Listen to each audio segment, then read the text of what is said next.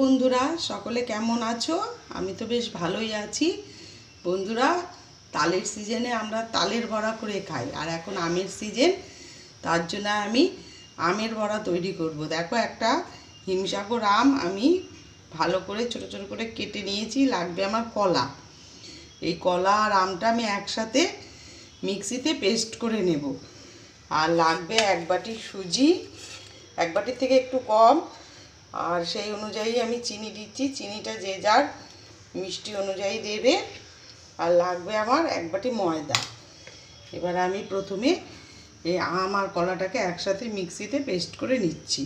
তোমরা পুরো ভিডিওটা দেখতে থাকো আমি কিভাবে এই আমের বড়া তৈরি করি। আমার কলাটা দেখো ভালো করে আমি পেস্ট করে নিয়েছি মিক্সিতে। দিয়ে দেব আমি এই যে সুজিটা দিয়ে এবার আমি একটু ভালো করে মিশিয়ে নিয়ে তারপর একটু রেস্টে রাখবো, কারণ সুজিটা একটু ফুলবে। সাথে সাথে তৈরি করব না, আমি 10 মিনিট এটা ভালো করে মেখে সুজিটা একটু রেস্টে রেখে দেব। দিয়ে দেব, দেখো চিনিটাকে আমি গুঁড়ো করে রেখেছি, চিনি গুঁড়োটা দিয়ে দিচ্ছি। পুরোটা দিলাম না, প্রচুর মিষ্টি হয়ে যাবে, তার জন্য আম তো এখন খুব মিষ্টি, তাই দিলাম না।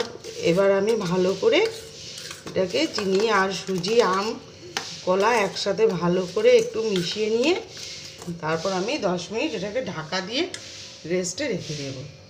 10 মিনিট আমি রেস্টে রেখে দিয়েছি। দেখো, এবার আমি ময়দা দিয়ে দিচ্ছি। ময়দাটা দিয়ে আবার ভালো করে আমি একটু মিশিয়ে নেব। আর আমার এতে কোনো জল বা দুধ দেওয়ার দরকার নেই। দেখো একদম শুকনো শুকনো হয়ে গেছে। ভালো করে আমি এবার মিশিয়ে নিচ্ছি। ভালো করে আমি মিশিয়ে নিয়েছি, আমার এতে কোনো দুধ দেওয়ার দরকার নেই।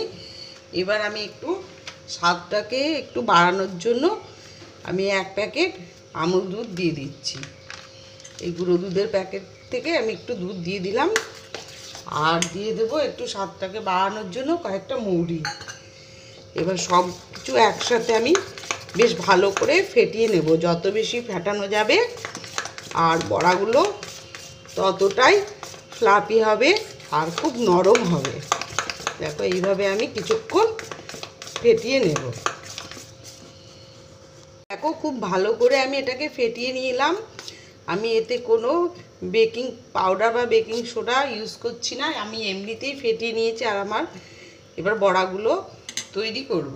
বড়াগুলোকে তৈরি করার জন্য দেখো কড়াইতে আমি সাদা তেল দিয়ে দিয়েছি, আর তেলটা গরম হয়ে গেছে। এবার আস্তে আস্তে আমি ছোট ছোট করে এইভাবে বড়াগুলোকে ভেজে নেব। গ্যাসের ফ্লেমটাকে একদম লোতে রেখে আমার বড়াগুলো ভাজতে হবে, তা না হলে ওপরটা পুড়ে যাবে আর ভেতরটা কাঁচা থাকবে।